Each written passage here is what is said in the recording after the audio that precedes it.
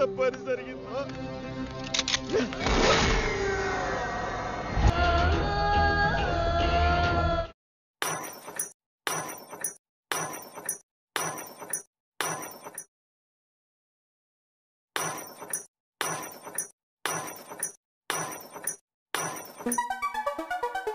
Halo teman film dimanapun kalian berada, bertemu kembali di channel Teman Film. Channelnya orang yang suka nonton film tapi gak sempat nonton berjam-jam dan akhirnya lebih suka mendengarkan alur ceritanya saja.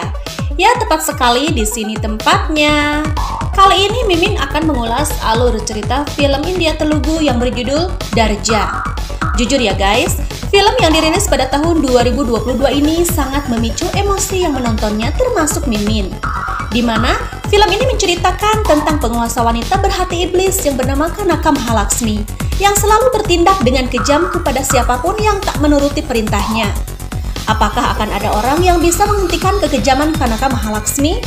Yuk gak berlama-lama lagi, kita kupas tuntas film ini. Oke guys, kita langsung saja ke alur ceritanya.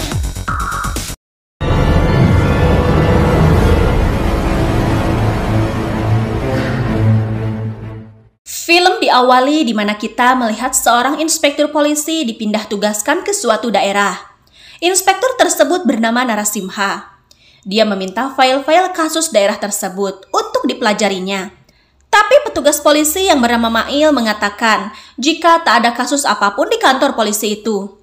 Narasimha tak percaya karena tak mungkin satu kasus pun tak terjadi di sana.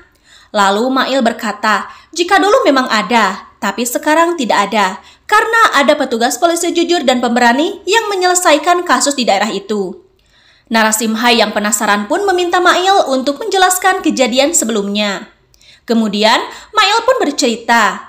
Beberapa waktu yang lalu ada inspektur polisi baru yang ditugaskan di kantor polisi itu. Dia bernama Raffi. Raffi adalah sosok polisi yang jujur dan patuh terhadap hukum. Suatu malam, dia menghentikan sebuah truk yang memasok minuman keras milik penguasa daerah tersebut bernama Kanaka Mahalaxmi. Dia pun memerintahkan anak buahnya untuk menangkap supir truk dan menyita mobilnya. Tapi si supir tak takut dan malah menantangnya. Kendek truk pun sesuit, pertanda mereka meminta bantuan. Tak lama kemudian, semua lampu jalan padam. Para preman pun berdatangan dan melukai Raffi dengan sabetan senjata. Walaupun dalam keadaan terluka, Raffi masih mampu melawan mereka. Tapi kekuatan Raffi tak seperti Prabas ataupun Mahesh Babu. Dia pun berhasil dikalahkan dan dialungkannya ke sebuah mobil. Ternyata itu adalah Kanaka Mahalaxmi.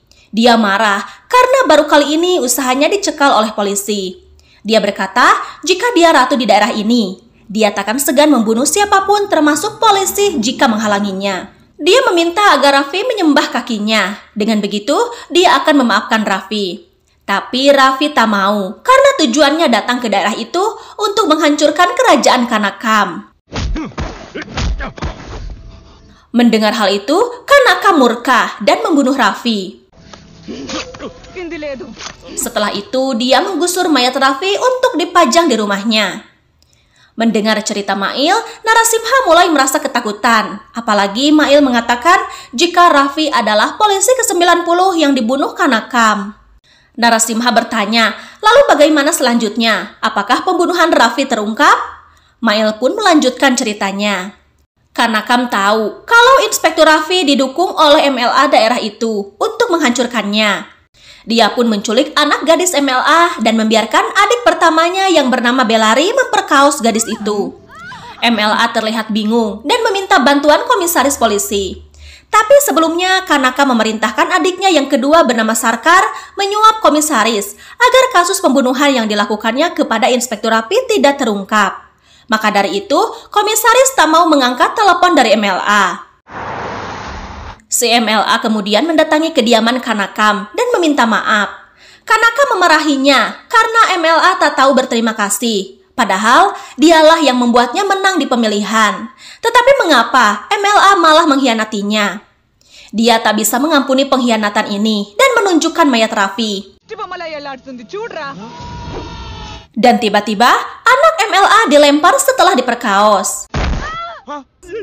MLA menangis sejadi-jadinya karena anaknya sudah tak bernyawa.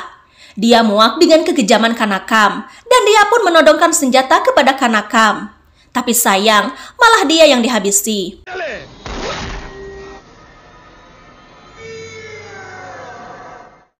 Kekejaman Kanakam tak berhenti di sana. Suatu ketika, Kanakam ingin memperluas jaringan usaha mirasnya. Jalur darat telah dia kuasai dan sekarang dia ingin menguasai sebuah pelabuhan. Sarkar adik Kanakam meminta petugas pelabuhan untuk memenangkan tender ini agar pelabuhan itu di bawah pengawasan Kanakam.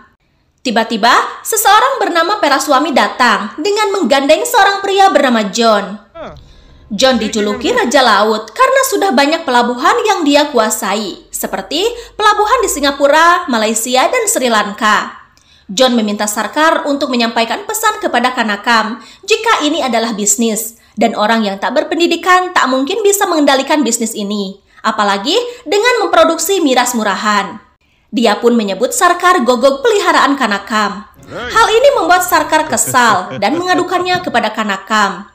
Kanakam yang tak suka ditentang segera mengejar Peraswami dan membuatnya koi di hadapan umum.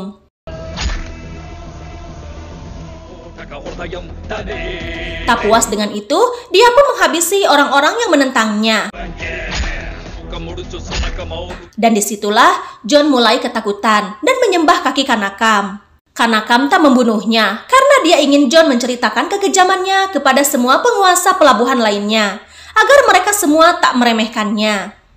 Mendengar cerita Mail, Narasimha kadang nyumput di bawah meja. Dia membayangkan Belari dan Kanakam datang ke kantor polisi. Mail pun menenangkannya dan melanjutkan ceritanya. Di daerah itu ada sebuah keluarga yang terdiri dari ibu dan kedua anak laki-lakinya. Kakaknya bernama Ganesh dan adiknya bernama Ranga. Diketahui, Ganesh tak bisa berbicara dari kecil. Bisa dibilang dia tunawicara. Walaupun kekurangan, pesona Ganesh yang lugu dan baik hati mampu meluluhkan hati seorang gadis bernama Puspa. Dan sudah setahun ini, mereka menjalin hubungan asmara. Hubungan mereka pun diketahui oleh Ranga dan ibunya. Ibunya sempat tak percaya dan menyangka kalau Puspa dekat dengan Ganesh hanya kasihan saja dengan kekurangannya. Tapi Puspa menjelaskan jika kebaikan dan ketulusan Ganeshlah yang membuat dia mencintainya, dan dia tak menghiraukan kekurangan Ganesh. Ibunya sangat terharu dan berkata jika dalam dekat ini dia akan mengunjungi kedua orang tua Puspa untuk membicarakan hubungan Ganesh dan dirinya. Beda halnya dengan Ranga. Dia sedang mengincar Gita. Gita yang dianggap berasal dari keluarga kaya. Padahal Gita hanya seorang penari di acara pemakaman. Gita tahu Ranga mengejarnya karena dia terlihat kaya. Dan dia pun meneruskan aktingnya jadi orang kaya agar Ranga terus mengejarnya. Tetapi suatu ketika Ranga tahu kalau Gita adalah penari pengantar jenazah. Tapi hal itu tak membuat rasa cinta Ranga pudar. Dia pun menyatakan cintanya kepada Gita dan mereka pun menjalin kasih. Narasimha bertanya, apa hubungan keluarga Ganesh dan Kanakam? Mengapa Mail menceritakan keluarga tersebut? Mail berkata, jika cerita sebenarnya dimulai dari sini. Suatu hari, Kanakam pergi dalam keadaan marah karena dia mendengar kabar kalau dia tak mendapatkan tender pelabuhan itu. Tapi saat dia keluar gerbang, dia hendak menabrak Puspa yang sedang mengendarai sepeda. Malah dia sempat memarahi Puspa dan menyuruhnya minggir. Kanakam pun sampai di pantai, di mana anak buahnya sudah menyandra petugas pelabuhan. Petugas itu sempat berkata jika dia telah menyerahkan file Kanakam ke otoritas yang berwenang, tapi dia tak tahu mengapa ini tertunda. Tetapi tak lama anak buahnya menyampaikan kalau tender pelabuhan itu berhasil dimenangkan oleh Kanakam, dan para petugas pelabuhan pun selamat dari amukannya. Setelah masalah itu selesai, Sarkar mengincar gadis desa. Diketahui, gadis itu bernama Lata, yang tak lain tetangga Ranga. Sarkar berhasil menculiknya dan memperkaosnya hingga Lata tak bernyawa. Kematian Lata membuat kakeknya tak terima, kemudian dia melamporkannya kepada polisi. Tapi para polisi tak menghiraukannya dan mengklaim kalau Lata tewas mengakhiri hidupnya sendiri. Tapi si kakek tak percaya dan terus mendatangi kantor polisi. Dan kali ini ditemani oleh Ranga. Ranga memberikan surat keluhan terhadap Sarkar. Tapi di malam hari Sarkar mendatangi mereka dan membakar surat keluhan tersebut. Sarkar menyakiti si kakek yang membuat Rangga marah dan ingin melawannya, tapi dia dihalangi sang paman. Sarkar yang hendak menyerang Rangga dihentikan oleh Ganesh yang menyentuh kakinya, tanda dia meminta maaf. Sarkar pun mengurungkan niatnya karena Ganesh menyembahnya, dan dia pun meninggalkan tempat itu. Keesokan harinya, Ganesh bertemu dengan Puspa. Terlihat Puspa ingin mengatakan sesuatu, tapi dia tak jadi dan malah memberikan kado karena Ganesh berulang tahun. Di rumah pun, Rangga memberikan sesuatu kepada Ganesh yang membuat Ganesh senang. Hal itu membuat ibunya terharu dan meminta mereka untuk saling menyayangi. Ganesh tidur di pangkuan ibunya, dan ibunya semakin bersedih dikala dia mengingat perjuangan Ganesh yang sejak kecil ditinggal ayahnya. Karena walaupun Ganesh kekurangan, tapi Ganesh bekerja keras untuk memenuhi kebutuhan keluarganya. Suasana haru pun tercipta yang membuat air mata Mimin tak terasa nyakcelak. Tetapi keesokan harinya, si paman membangunkan Rangga dan membawanya ke suatu tempat, di mana Ganesh ditemukan tewas tergantung. Setelah diturunkan, terlihat ada surat yang isinya jika Puspalah penyebab dia mengakhiri hidupnya. Rangga sangat murka dan tak terima kakaknya tewas dengan cara seperti ini. Ibunya pun tak kuasa melihat Ganesh yang sudah tak bernyawa. Mereka semua menangis sejadi-jadinya karena tak rela kehilangan Ganesh yang mereka cintai. Setelah pemakaman Ganesh, Rangga mendatangi rumah Puspa. Tetapi pintu rumah Puspa digembok yang membuat Rangga semakin murka. Mendengar cerita itu, Narasimha pun ikut bersedih karena dia pun merasakan kesakitan keluarga mereka. Dia mulai kesal dengan kekejaman Kanakam dan perbuatan Sarkar. Dia bertanya, apakah tak ada yang berani menghukumnya? Mail pun menjawab ada. Dia adalah sosok pria pemberani. Malah Sarkar dan anak buahnya pun ketakutan dan berlari secepat mungkin yang membuat semua orang yang menyaksikannya takjub. Pria pemberani itu adalah Sangkar, Inspektur Sangkar, pengganti Inspektur Rapi di kantor polisi itu. Dia menghajar Sarkar dan anak buahnya tanpa ampun.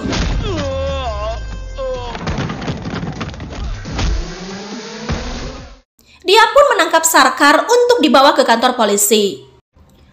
Kemudian, dia mengumumkan kepada masyarakat jika mulai saat ini tak akan ada lagi pembunuhan, pelecehan pada gadis-gadis, dan tak akan ada kejahatan apapun selagi dia bertugas di sana.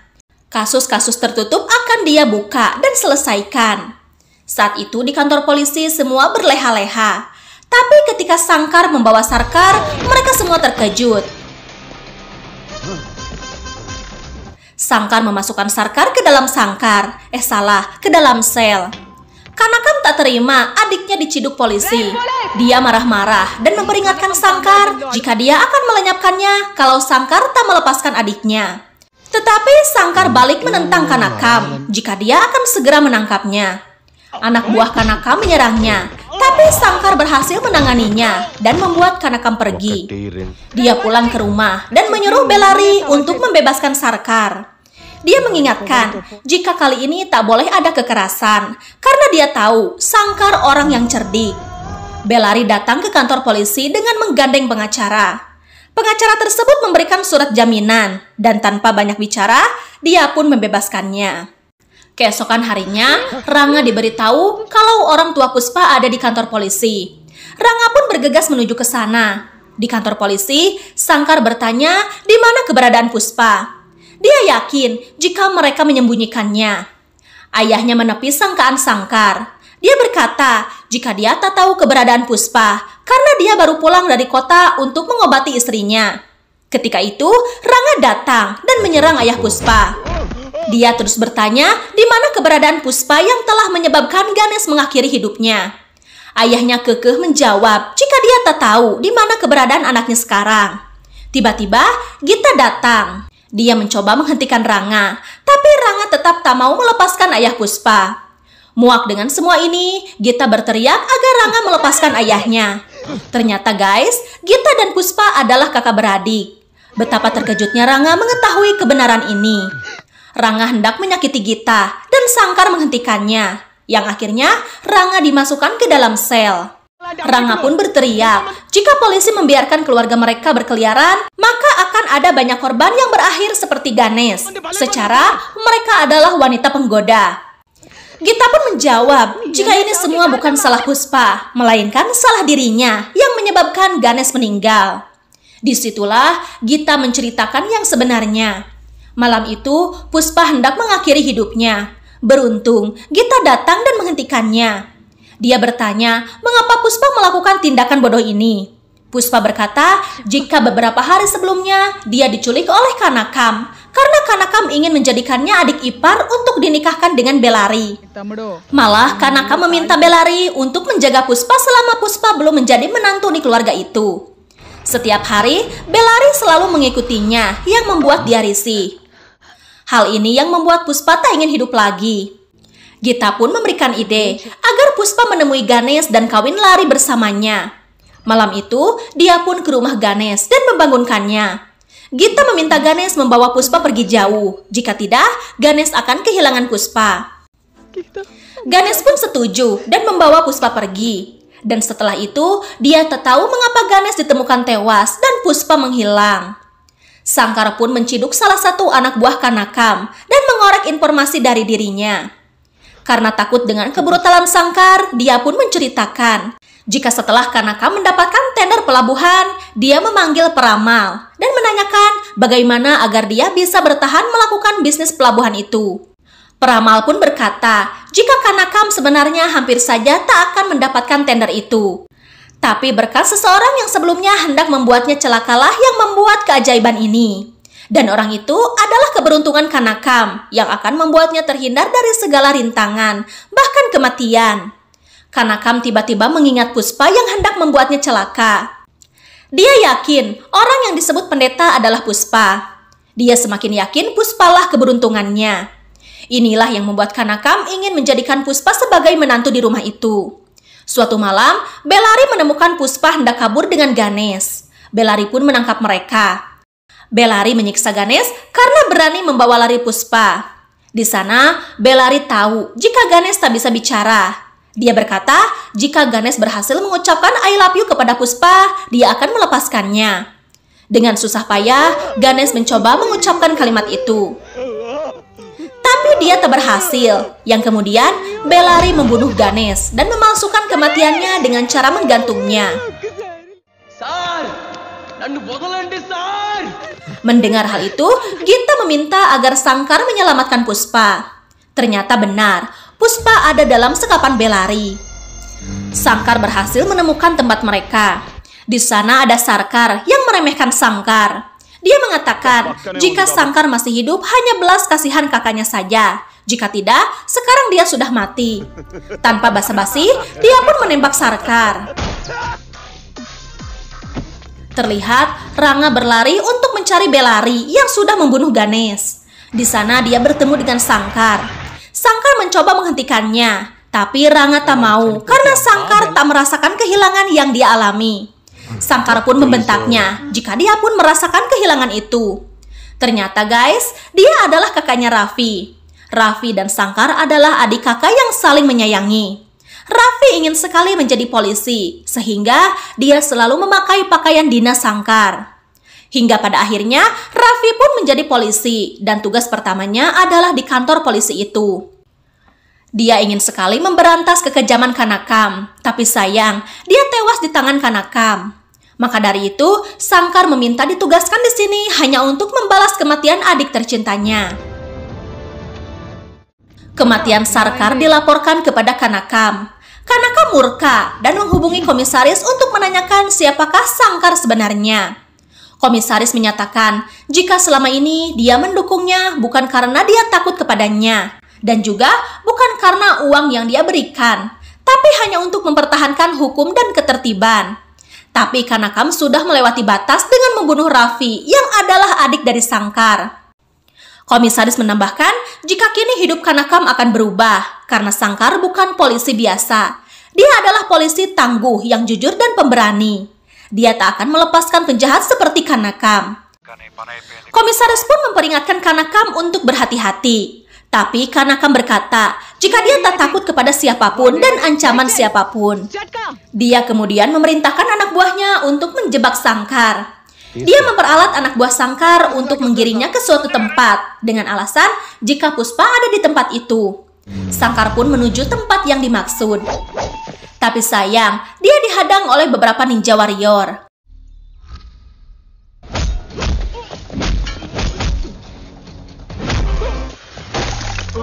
Naas, Sangkar berhasil dilumpuhkan dalam pertarungan itu. Mendengar cerita itu, Narasimha hendak meninggalkan kantor polisi karena dia takut kalau dia pun akan menjadi incaran Kanakam. Tapi Mail menghentikannya kalau ceritanya belum selesai karena masih ada Ranga yang tak akan tinggal diam. Kemudian Mail pun melanjutkan lagi ceritanya. Ranga diberitahu oleh Gita jika Puspa akan menikah. Dia meminta Ranga untuk membantunya menyelamatkan Puspa. Ranga menghubungi kantor polisi untuk mengajak Sangkar, tapi anak buahnya yang Pibagongen itu mengatakan jika Sangkar telah mati dibunuh oleh pengikut Kanakam. Mendengar hal itu, Ranga pun bertekad untuk ke sana sendirian. Terlihat, Gita menyamar menjadi penari untuk memeriahkan pesta. Puspa didandani untuk ritual pernikahan, sedangkan Kanakam dan Belari menikmati tarian Gita. Di saat mereka lengah, Gita membawa Ranga untuk mencari Puspa. Mereka pun menemukannya dan membawa Puspa pergi. Tapi sayang, mereka ketahuan. Ranga ngaceleng akibat tendangan Belari. Kanaka menampilin Puspa karena hendak kabur. Akhirnya, ritual pernikahan pun dipercepat. Terlihat Ranga tak berdaya. Tapi saat itu Sangkar datang. Tak diceritakan bagaimana dia bisa selamat dari kematian. Yang pastinya sekarang dia ada di sana menghajar semua anak buah Kanakam.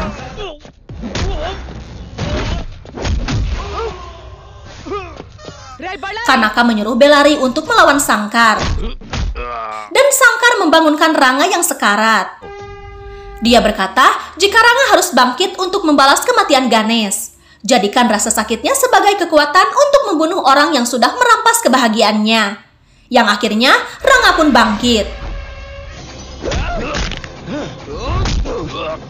Belari hendak menombak Ranga, tapi dia keburu ditombak Puspa.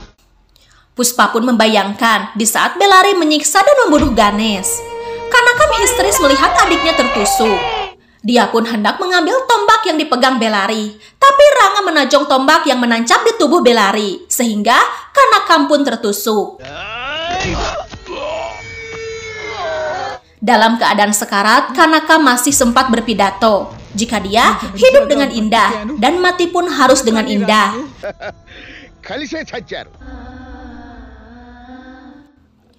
Mendengar semua cerita itu, Narasimha sekarang tenang. Karena dia takkan mendapatkan masalah karena Kanakam sudah dibuat mati oleh Sangkar. Dan film pun berakhir. Oke teman film, itulah kisah dari film Darja. Like jika suka ya, bye-bye.